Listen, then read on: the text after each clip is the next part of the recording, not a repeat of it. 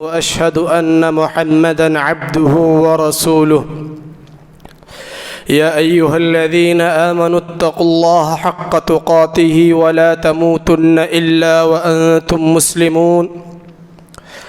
يا أيها الناس اتقوا ربكم الذي خلقكم من نفس واحدة وخلق منها زوجها وبث منهما رجالا كثيرا ونساء واتقوا الله الذي تساءلون به والأرحام إن الله كان عليكم رقيبا يا أيها الذين آمنوا اتقوا الله وقولوا قولا سديدا يصلح لكم أعمالكم ويغفر لكم ذنوبكم ومن يطع الله ورسوله فقد فاز فوزا عظيما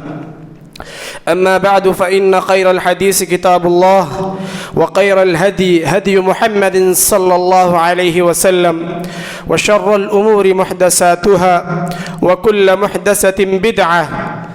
وكل بدعة ضلالة وكل ضلالة في النار فأعوذ بالله السميع العليم من الشيطان الرجيم من همزه ونفخه ونفسه بسم الله الرحمن الرحيم ولتكملوا العدة ولتكبروا الله على ما هداكم ولعلكم تشكرون وقال النبي صلى الله عليه وسلم إن لكل قوم عيدا وهذا عيدنا. ہر قسم کی تعریف، حمد و ثنا، کبریائی، بڑائی اور بزرگی اس اللہ وحدہ لا شریک کے لیے ہے جو ہمارا سب کا خالق، مالک، پالنہار ہے۔ درود و سلام نازل ہو تمام انبیاء علیہم الصلاۃ والسلام پر، خصوصاً آخری نبی جناب محمد الرسول اللہ صلی اللہ علیہ وسلم پر، جن کی محنتوں، کوششوں اور کاوشوں سے یہ دین اسلام ہم تک پہنچا۔ محترم حاضرین، خطبہ مسنونہ کے بعد سورۃ البقرہ کی ایک آیت کریمہ میں نے آپ لوگوں کے سامنے پڑھی۔ اللہ رب العالمین نے سورۃ البقرہ میں جب روزے کے احکام نازل کیے تو اس کے بعد اللہ رب العالمین فرماتا ہے وَلِتُكْمِلُوا الْعِدَّةَ وَلِتُكَبِّرُوا اللَّهَ، یہ اللہ رب العالمین نے جو گنتی کے چند ایام رکھے ہیں کہ تم اس کو پورا کرو اور تم اللہ رب العالمین کی تکبیر، اس کی تحمید، اس کی تعظیم، اس کی بڑائی بیان کرو علی ما ہداکم، اللہ رب العالمین نے جو تمہیں ہدایت سے نوازا ہے، ولعلکم تشکرون، اور یہ کہ تم اللہ رب العالمین کا شکریہ ادا کرو۔ سب سے پہلے میں اللہ رب العالمین کا شکر گزار ہوں کہ اللہ رب العالمین نے مجھے اور آپ کو رمضان المبارک جیسے بابرکت مہینے کی سعادتوں سے نصیب فرمایا، کہ اللہ رب العالمین نے ہمیں روزے رکھنے کی توفیق عطا فرمائی، قیام اللیل کرنے کی توفیق عطا فرمائی، اس کی عبادت میں زندگی گزارنے کی اللہ رب العالمین نے ہمیں ایک مہینہ جو ہدایت کی توفیق عطا فرمائی، اس پر میں اللہ رب العالمین کا شکر بجا لاتا ہوں۔ محترم حاضرین، اللہ رب العالمین نے اس آیت کریمہ میں فرمایا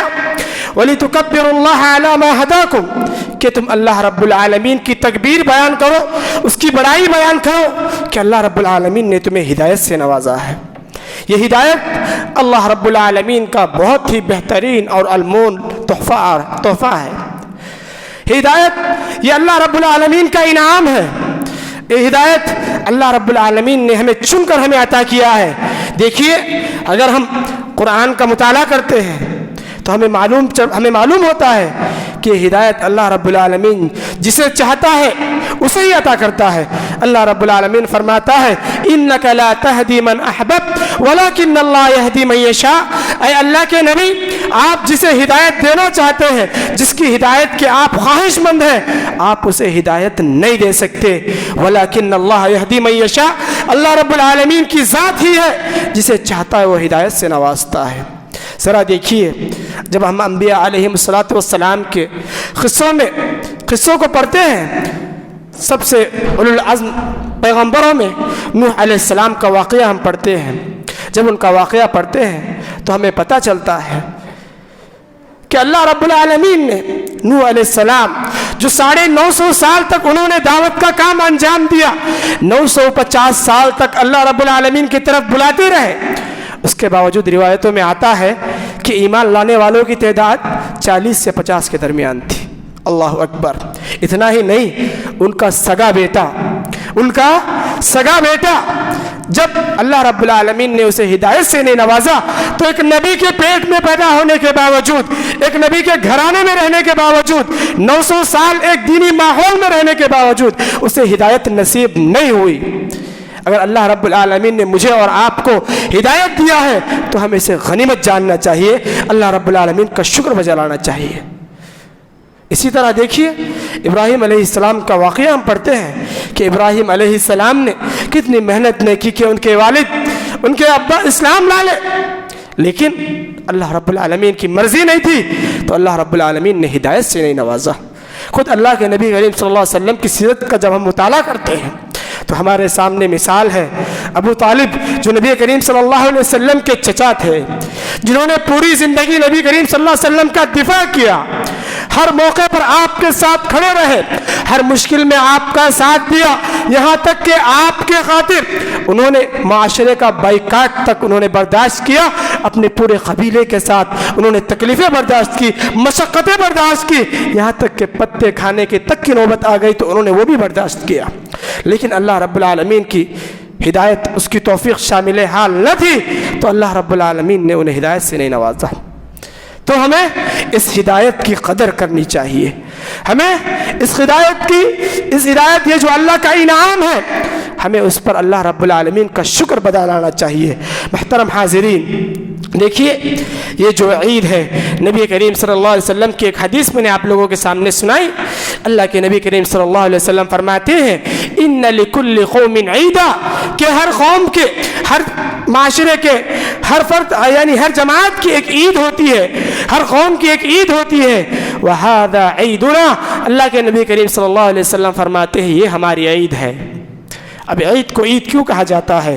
عید عربی زبان کا لفظ ہے جس کے معنی ہے بار بار آنا، لوٹ کر آنا، پلٹ کر آنا، اس کے معنی ہے۔ چونکہ اللہ رب العالمین کی نعمتیں ہم پر بار بار لوٹ کر آتی ہے، اللہ رب العالمین ہماری زندگیوں میں یہ رمضان کا مبارک مہینہ اور یہ عید کی خوشی اللہ رب العالمین نے ہمیں نوازا ہے، اور آگے بھی اللہ رب العالمین ہمیں نوازے، اللہ رب العالمین سے دعا ہے۔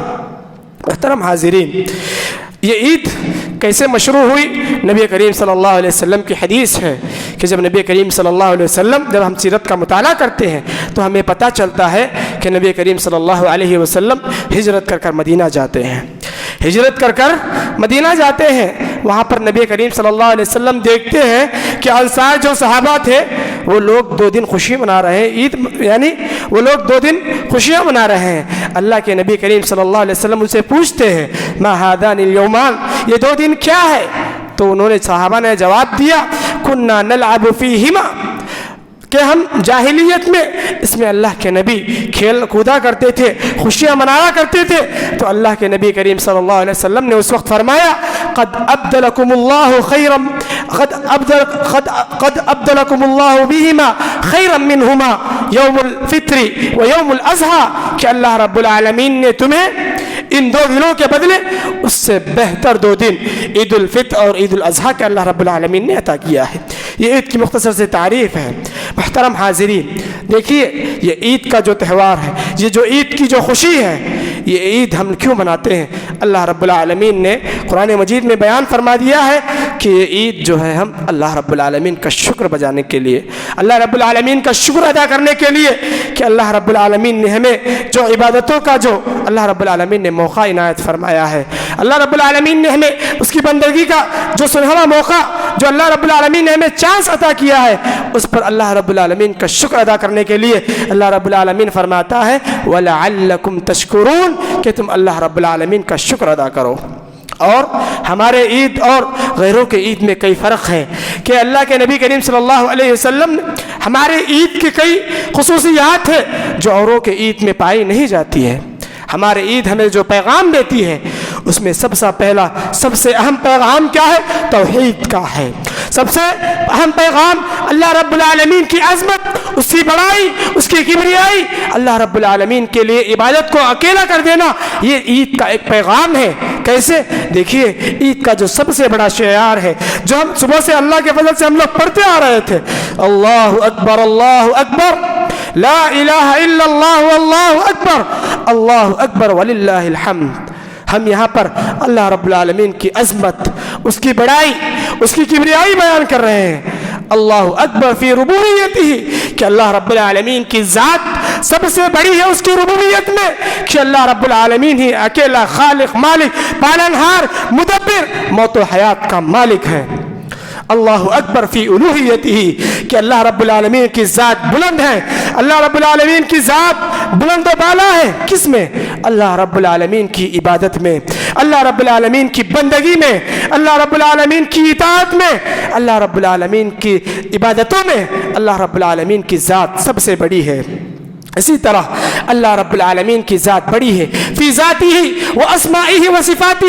اللہ رب العالمین کی ذات بڑی ہے اس کے اسماء میں، اس کے صفات میں، اس کے خصوصیات میں۔ یہ توحید کا پیغام ہمیں یہ عید دیتی ہے کہ جس طرح ہم عید میں اللہ رب العالمین کی کبریائی بیان کرتے ہیں، ہم زبان خاص سے یہ کہتے ہیں کہ اے اللہ تیری ذات بڑی ہے، ربوبیت میں، الوہیت میں، اسماء و صفات میں تیری ذات عظیم ہے۔ یہ توحید کا سبق یہ عید ہمیں دیتی ہے۔ محترم حاضرین، اسی طرح یہ عید ہمیں دین اسلام کی جو سماحت ہے، کہ دین اسلام جو اللہ رب العالمین کی جانب سے عطا کردہ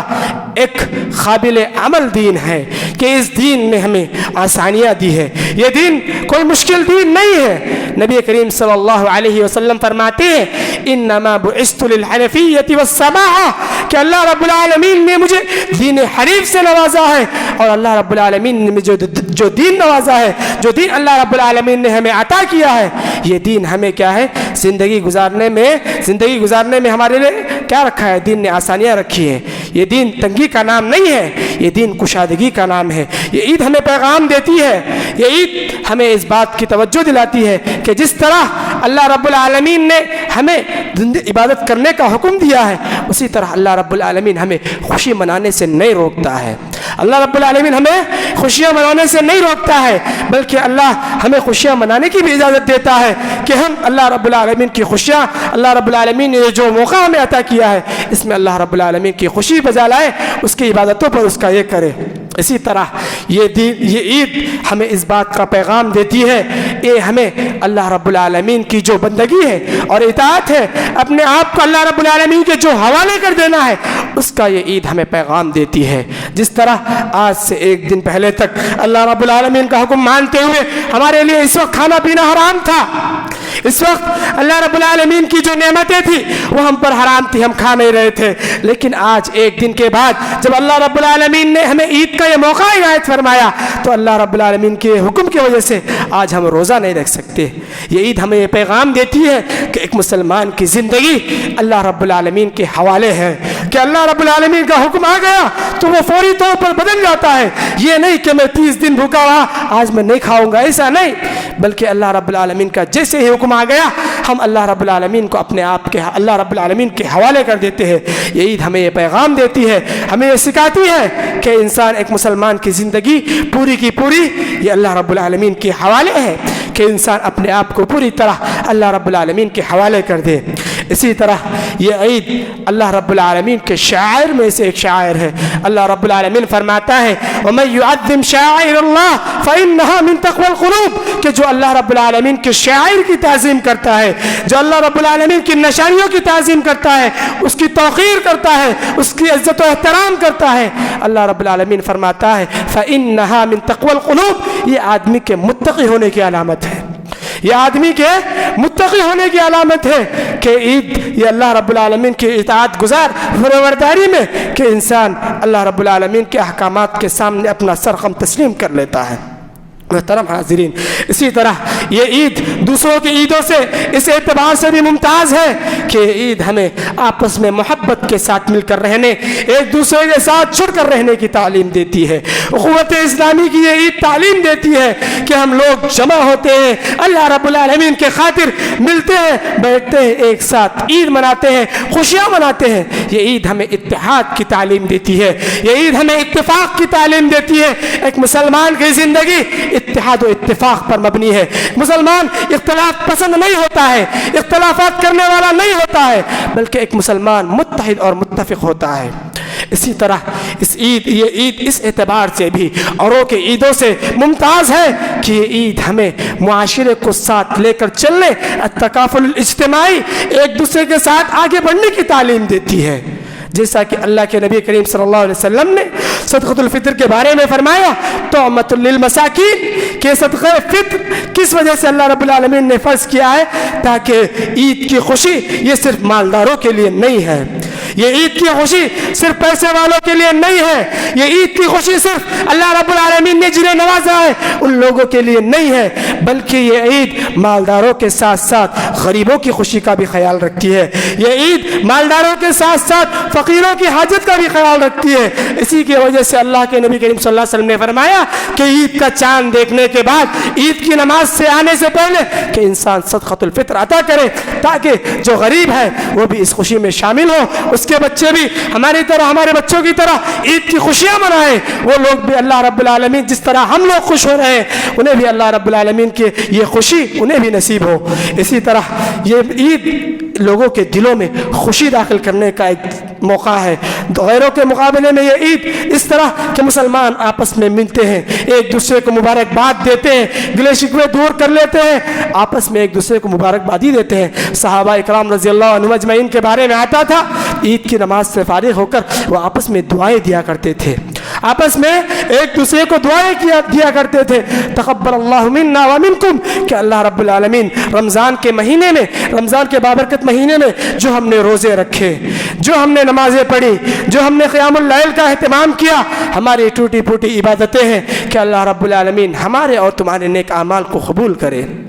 محترم حاضرین، اسی طرح یہ عید ہمیں اللہ رب العالمین کا انعام، اس کا جائزہ حاصل کرنے کا ایک دن ہے۔ جس طرح ایک مزدور پورے دن محنت کرتا ہے، محنت کرنے کے بعد، پورا مہینہ محنت کرنے کے بعد جب اسے مہینے کے آخری میں سیلری ملتی ہے تو اس مہینے جتنی تکلیفیں، جتنی پریشانیاں، جتنی مشقتیں، جتنی اس نے محنت کی، وہ پورے تکلیفیں وہ بھول جاتا ہے، اسے خوشی ملتی ہے۔ اسی طرح اللہ رب العالمین نے ایک مہینے ہم نے جو عبادتیں کی، ایک مہینے اللہ رب العالمین کی اطاعت کے لیے ہم نے تکلیفیں برداشت کی، کھانے پینے سے رک گئے، آپس میں اللہ رب العالمین کے مباح کاموں سے ہم لوگ جو رک گئے تھے، آج اللہ رب العالمین اس کا جائزہ، اس کا انعام دینے کے لیے اللہ رب العالمین نے ہمیں یہاں پر جمع کیا ہے۔ یہ ہمارے عید کے چند خصوصیات تھی جو دوسروں کے عیدوں کے مقابلے میں ہمیں ممتاز کرتی ہے۔ محترم حاضرین، اس عید کے مناسبت سے دو اہم پیغامات میں آپ کو دینا چاہتا ہوں۔ ایک سب سے پہلا یہ ہے کہ ہم لوگ، یہ عید ہمیں کس بات کا یہ دیتی ہے کہ ہم لوگ، یہ عید جو ہے اللہ رب العالمین سے تجدید تعلق کا نمونہ ہے، کہ ہم اللہ رب العالمین جو عبادتیں ہم لوگ رمضان میں کرتے آ رہے تھے، جو عبادتیں ہم اللہ رب العالمین کے خاطر رمضان میں کھانے پینے سے رک گئے تھے، رمضان میں تہجد کا ہم نے اہتمام کیا، قیام اللیل کا ہم نے اہتمام کیا، لیلۃ القدر میں جاگنے کا ہم نے اہتمام کیا، یہ رمضان کا مہینہ ہمیں ایک ٹریننگ دے کر گیا ہے، یہ مہینہ ہماری روح کی اصلاح کر گیا ہے۔ اب اس بات کا تقاضا ہے کہ یہ مہینے نے جو ہماری ٹریننگ کی ہے، یہ مہینے نے جو ہمیں تعلیم دی ہے، ہم اس کو نہ بھولیں، بلکہ یہ اللہ رب العالمین سے جو ہمارا تعلق جڑ چکا تھا، جو ہم اللہ رب العالمین سے اپنے تعلق کو جوڑ چکے تھے، ہم اللہ رب العالمین سے اپنے لو لگا چکے تھے، اب یہ عید کی وجہ سے ہم یہ نہ کریں کہ اللہ رب العالمین سے ہم اپنا تعلق توڑ لیں۔ ایک مرتبہ حضرت علی رضی اللہ عنہ کے بارے میں، حضرت علی رضی اللہ عنہ سے ایک اثر مروی ہے، وہ دیکھتے ہیں کہ عید کے دن کوئی انسان اللہ رب العالمین کی نافرمانی کرتا ہے، کوئی انسان کچھ گناہ کر رہا تھا، وہ دیکھ کر فرماتے ہیں کہ یہ انسان ایسا ہوگا کہ اللہ رب العالمین نے اس کی عبادتیں قبول کی ہے، تو اس کا تقاضا یہ تھا کہ اللہ رب العالمین کا شکر بجا لائے، اللہ رب العالمین کا شکر بجا لائے کہ اللہ رب العالمین نے اسے عبادتوں کی توفیق دی۔ اب شکر بجا لانے کا مطلب یہ تو نہیں ہوگا کہ انسان فوری طور پر اللہ رب العالمین کی نافرمانی میں اتر جائے۔ شکر ادا کرنے کا مطلب تو یہ نہیں ہوگا کہ انسان 1 مہینے تک جو ڈر کر تقوی کی زندگی گزار رہا تھا پوری طرح نکال کر اس لباس کو پھینک دے۔ اسی طرح اور اگر اس کی عبادتیں قبول نہیں ہوئی ہے تو یہ ڈرنے کا مقام ہے، اور ڈرنے والا اللہ رب العالمین کی نافرمانی نہیں کرتا۔ تو عید ہمیں پیغام دیتی ہے، اگر اللہ رب العالمین نے ہمیں اطمینان بخشا ہے، ہماری عبادتیں قبول کی ہیں، تب بھی ہمیں خوش نہیں ہونا ہے کہ 1 مہینے ہم نے بہت زیادہ عبادتیں کر لی ہے، ہمارا اکاؤنٹ فل ہو چکا ہے، اب ہم جو بھی کر لیں ہمارے گناہ معاف ہو جائیں گے۔ ایک مومن کا زندگی، ایک مومن کا شعار یہ نہیں ہوتا ہے، بلکہ ایک مومن جس طرح اس کا تعلق اللہ رب العالمین سے اس مہینے میں جڑا ہوا تھا، اس کے بعد 11 مہینے میں یہ ٹریننگ وہ اپنے ساتھ لے کر جائے گا اور اپنے آپ کو اللہ رب العالمین کے ساتھ جوڑے رکھے گا۔ اسی طرح ایک دوسری اہم بات ہے، نبی کریم صلی اللہ علیہ وسلم کی حدیث ہے، سنن ابن ماجہ کی روایت ہے، اللہ کے نبی کریم صلی اللہ علیہ وسلم فرماتے ہیں ان من الناس مفاتیح للخیر ومغالق للشر وان من الناس مفاتیح للشر ومغالق للخیر، کہ اللہ کے نبی کریم صلی اللہ علیہ وسلم فرماتے ہیں لوگوں میں بعض لوگ ایسے ہوتے ہیں جو خیر کی کنجیاں ہوتے ہیں، جو کیا ہوتے ہیں؟ خیر کی کنجیاں ہوتے ہیں، اور شر کے لیے ان کا کام تالے جیسا ہوتا ہے۔ شر کے لیے ان کا کام کیا ہوتا ہے؟ تالے جیسے ہوتا ہے۔ وَإِنَّ مِنَ النَّاسِ مَفَاتِحٌ لِلشَّرِّ، اور لوگوں کی ایک تعداد، لوگوں کی ایک جماعت ایسی ہوتی ہے جو شر کی کنجیاں ہوتی ہے اور خیر کے تالے ہوتے ہیں۔ اس حدیث میں نبی کریم صلی اللہ علیہ وسلم بتا رہے ہیں، اس حدیث میں نبی کریم صلی اللہ علیہ وسلم ہمیں تعلیم دے رہے ہیں کہ لوگوں کی 2 طرح کے لوگ ہوتے ہیں۔ لوگوں کی ایک جماعت وہ ہوتی ہے کہ ان کے ساتھ خیر کے راستے پھوٹتے ہیں، ان کی زندگیوں سے خیر ہی خیر نکلتا ہے، اگر برائی بھی ان تک پہنچتی ہے تو برائی کے راستے ان پر آ کر بند ہو جاتے ہیں، برائی کے راستے ان پر آ کر بند ہو جاتے ہیں۔ اور لوگوں کی ایک قسم ایسی ہوتی ہے جو کیا ہوتے ہیں؟ شر کا منبع ہوتا ہے، جو شر کے منبع ہوتے ہیں۔ برائی، ہر برائی ان سے نکلتی ہے، برائیوں کا آغاز ان سے ہوتا ہے اور اچھائیاں ان سے نہیں ہوتی، اور اچھائیاں ان تک پہنچ کر کیا ہوتی ہے؟ ختم ہو جاتی ہے۔ نبی کریم صلی اللہ علیہ وسلم اس حدیث میں جو بتا رہے ہیں، ہمیں یہ تعلیم دے رہے ہیں کہ ایک مومن کی زندگی ہمیشہ پہلے مثال جیسی ہوتی ہے، وہ ہمیشہ خیر کا منبع ہوتا ہے، ہمیشہ اس سے خیر ہی پہنچتا ہے، چاہے وہ معاشرے کے لیے ہو، اپنے بھائی کے لیے ہو، اپنی جماعت کے لیے ہو، اپنے دوستوں کے لیے ہو، دین اسلام کی رہنمائی کرنی ہو، دین اسلام کی جو یہ پیش کرنی ہو، تو ہر چیز میں ایک مومن کیا کرتا ہے؟ خیر کا منبع ہوتا ہے، اس سے صرف خیر ہی خیر نکلتا ہے، اور اگر کوئی برائی بھی اس تک آتی ہے تو اس پر آ کر برائی رک جاتی ہے، اس پر آ کر برائی رک جاتی ہے۔ اس کے بالمقابل ایک لوگوں کی جماعت ایسی ہوتی ہے جو شر کا منبع ہوتی ہے، جن سے شر پھوٹتا ہے، جن پر خیر آ کر رک جاتا ہے۔ اللہ کے نبی کریم صلی اللہ علیہ وسلم اس میں تعلیم دے رہے ہیں کہ ایک مومن کی زندگی ہمیشہ پہلے انسان جیسی ہوگی، اس سے ہمیشہ خیر نکلے گا، اس سے کیا ہوگا؟ ہمیشہ خیر نکلے گا۔ اللہ رب العالمین فرماتا ہے کنتم خیر امت اخرجت للناس، تم اللہ رب العالمین کی بہترین امت ہو،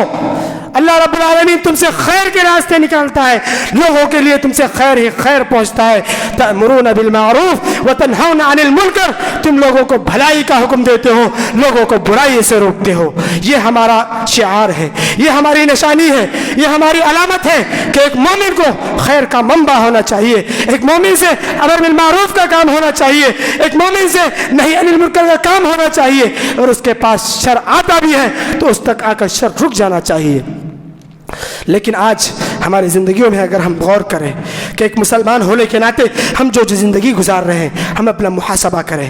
آج ہم اپنا محاسبہ کریں، کیا میں نبی کے اس حدیث پر، قرآن کی اس آیت کے مطابق اپنی زندگی گزار رہا ہوں؟ کیا میں معاشرے کے لیے، اپنی قوم کے لیے، اپنی قوم کی نمائندگی میں خیر کے ذریعے کر رہا ہوں؟ ہمیں اپنا محاسبہ کرنا چاہیے۔ یہ عید ہمیں محاسبے کی دعوت دیتی ہے، کیا ہم سے خیر نکل رہا ہے؟ اگر نہیں نکل رہا ہے تو ہمیں اللہ رب العالمین سے رجوع کرنا چاہیے، اللہ رب العالمین کی طرف لوٹ جانا چاہیے، اللہ رب العالمین سے گڑ گڑا کر اپنے گناہوں کی معافی کرنا چاہیے۔ آج دیکھیے ایک مسلمان کی زندگی جسے اللہ رب العالمین نے خیر سے تعبیر کیا تھا، جس کی زندگی اللہ رب العالمین نے فرمایا تھا خیر کا نمونہ ہے، آج ہماری زندگیوں میں، ہمارے معاشرے پہ ہم غور کرتے ہیں تو ہمیں پتہ چلتا ہے اس سے ہمارا دور دور تک تعلق نہیں ہے، اس سے ہمارا دور دور تک تعلق نہیں ہے۔ آج ہم خیر نہیں، ہماری علامت تھی ایک بحیثیت قوم ہم شر کا منبع ہے۔ آج دیکھیے جو مسلمانوں کا محلہ ہوتا ہے، غیر تو غیر ایک مسلمان بھی اس محلے میں گھر لینے سے گھبراتا ہے، کس وجہ سے کہ وہاں پر گندگی ہوتی ہے، پڑوسیوں کے حقوق نہیں ادا کرتے ہیں، غیر تو غیر ایک مسلمان اس سے گھبراتا ہے۔ آج عید کی مناسبت سے میں آپ کو یہ پیغام دینا چاہتا ہوں کہ ایک مومن کی زندگی ہمیشہ خیر کی تعبیر ہوتی ہے، ایک مومن کی زندگی سے ہمیشہ خیر ہی خیر نکلتا ہے۔ اسی طرح آج ہمارا معاملہ دیکھیے، ہمارے جو مالی معاملات ہیں، ایک مسلمان غیر کے پاس مال دے کر اسے بھروسہ ہوتا ہے کہ اس کے پاس سے میرا مال نکل جائے گا، لیکن ایک مسلمان کو دینے کے لیے اس پر بھروسہ نہیں ہوتا ہے، جبکہ اللہ رب العالمین نے کیا فرمایا، انما المؤمنون اخوہ، کہ مومن آپس میں بھائی بھائی ہے۔ ایک بھائی سے کسی انسان کو ڈر ہوتا ہے، ایک بھائی کے اوپر جو بھروسہ ہوتا ہے، ایک بھائی کے اوپر جو اعتبار ہوتا ہے، وہ آج ہم نے کھو دیا ہے۔ ہمیں چاہیے کہ ہم ہمیشہ خیر کا منبع بنیں، ہم شر کا منبع نہ بنیں، ہم سے خیر ہی خیر نکلے، اگر شر بھی ہوتا ہے تو ہم تک آ کر وہ شر رک جائے۔ یہ جو ہے ایک مومن کی زندگی ہے، ہمیں اس کا خیال رکھنا چاہیے کہ ایک مومن کی زندگی ہمیشہ خیر کی تعبیر ہوتی ہے، ایک مومن سے ہمیشہ خیر ہی پہنچتا ہے۔ ایک مومن کی زندگی معاشرے کے لیے، اس کے بھائیوں کے لیے، اس کی جماعت کے لیے، اس کی جمعیت کے لیے اس سے خیر ہی پہنچنا چاہیے۔ اگر کسی سے شر پہنچ بھی رہا ہے تو اسے اللہ رب العالمین سے توبہ کر لینا چاہیے، اس کے اللہ رب العالمین کے سامنے اسے اپنے گناہوں کی معافی کر لینا چاہیے، اور اگر وہ شر کا منبع ہے تو اسے اللہ رب العالمین کے پناہ مانگنا چاہیے، اللہ رب العالمین کے ساتھ اللہ رب العالمین کے سامنے گڑگڑانا چاہیے کہ اے اللہ تو مجھے خیر کا منبع بنا، اے اللہ مجھ سے شر کا فتنہ جو فساد مجھ سے پھیل رہا ہے اللہ تو مجھے اس سے روک دے۔ محترم حاضرین، یہ چند پیغامات تھے عید کی مناسبت سے جو میں نے آپ لوگوں کے سامنے رکھا۔ اللہ رب العالمین سے دعا ہے کہ رب العالمین ہمیں اس عید کے ذریعے جو پیغام ہم تک پہنچے، توحید کا، اتحاد کا، اتفاق کا، ایک دوسرے کے ساتھ مل جل کر رہنے کا، غریبوں کی مدد کا، خیر پہنچانے کا، اللہ رب العالمین ان تمام چیزوں کو ہماری زندگیوں میں لاگو کرے۔ اللہ رب العالمین ہمیں خیر کا منبع بنائے، اللہ رب العالمین ہمیں شر کے منبع سے اللہ رب العالمین ہمیں محفوظ رکھے۔ محترم حاضرین، یہ عید جیسا کہ میں نے کہا تھا، یہ عید خوشیاں منانے والوں کے ساتھ ساتھ ہم اس عید میں جن لوگوں کی زندگیوں میں غم ہے ہمیں انہیں نہیں بھولنا چاہیے، بلکہ ہمارے ساتھ ساتھ ان کو بھی ہمارے ساتھ خوشیوں میں شامل کرنا چاہیے۔ ہم سے جو کچھ ہو سکے گا، چاہے وہ مالی مدد ہو، چاہے وہ دعاؤں کی مدد ہو۔ آج ہمارے فلسطینی بھائی ان پر ظالم قوموں کا قبضہ ہے، اسرائیل جیسا ظالم ملک ان پر ظلم کر رہا ہے۔ ہم کم سے کم اتنا تو کر سکتے ہیں، ان کے حق میں اللہ رب العالمین سے دعا کر سکتے ہیں کہ اے اللہ ہمارے مومن بھائی، ہمارے مسلم بھائی، تیرے دین کا کلمہ بلند کرنے والے بھائی کہ آج جو ہے دشمنان ان پر غاضب ہے، ان پر ظلم کر رہے ہیں، اے اللہ تو ان کی مدد فرما، اے اللہ تو ان پر رحم فرما، اے اللہ اسی طرح ان کی دعاؤں کو تو قبول فرما، ظالموں کو تو پکڑ لے۔ اسی طرح یہ موقع ہمیں اس بات کی بھی تعلیم دیتا ہے کہ ہم ہمیشہ اللہ رب العالمین کے ساتھ رجوع کریں، اللہ رب العالمین کے سامنے اللہ رب العالمین سے دعا و استغفار کریں کہ آج کے ماحول میں جو بیماری کا ماحول ہے، کرونا کا جو ماحول ہے، اس کی وجہ سے جو پورے معاشرے کی، پورے گاؤں کی، پورے ملک کی، اسی طرح پورے دنیا کی جو حالت ہے، ہم اللہ رب العالمین سے دعا کرتے ہیں اے اللہ یہ ہمارے گناہوں کے سبب سے ہے، اے اللہ تو ہمارے گناہوں کو معاف کر دے، اے اللہ تو اس امت محمدیہ پر سے اس وبا کو تو اٹھا لے، اے اللہ تو نے بہت سے علماء کو، بہت سے تیرے متابعین کی جان تو نے اللہ رب العالمین تو نے اپنی طرف بلا لیا، یہ تیرا فیصلہ تھا، ہم اس پر راضی ہیں، اے اللہ تو ہمیں اس پریشانی سے، اس بیماری سے محفوظ رکھ، اے اللہ اس امت محمدیہ سے اس بیماری کو نکال دے۔ اسی طرح اللہ رب العالمین سے دعا ہے کہ اللہ رب العالمین ہم میں سے جو حاجت مند ہے، ہم میں سے جو ضرورت مند ہے، اللہ رب العالمین ان کی ضرورتوں کو پوری کرے، اللہ رب العالمین ان کی حاجتوں کو پوری کرے۔ اللہ رب العالمین ہم میں سے جن کو اللہ رب العالمین نے اولاد کی نعمت سے نوازا ہے، ہم اللہ رب العالمین سے دعا کرتے ہیں کہ اللہ رب العالمین انہیں اولاد کی نعمت سے نوازے۔ اسی طرح ہم میں سے اللہ رب العالمین جن لوگوں کو مالی معاشی تنگی سے جو لوگ گزر رہے ہیں، ان کے حق میں بھی ہم اللہ رب العالمین سے دعا کرتے ہیں کہ رب العالمین ان پر بھی اپنا خصوصی رحم فرمائے، ان کے جو مالی مشکلات ہیں اللہ رب العالمین اسے دور فرمائے۔ اقول قولی ھذا استغفر اللہ لی ولکم ولسائر المسلمین من کل ذنب فاستغفروہ انہ هو الغفور الرحیم۔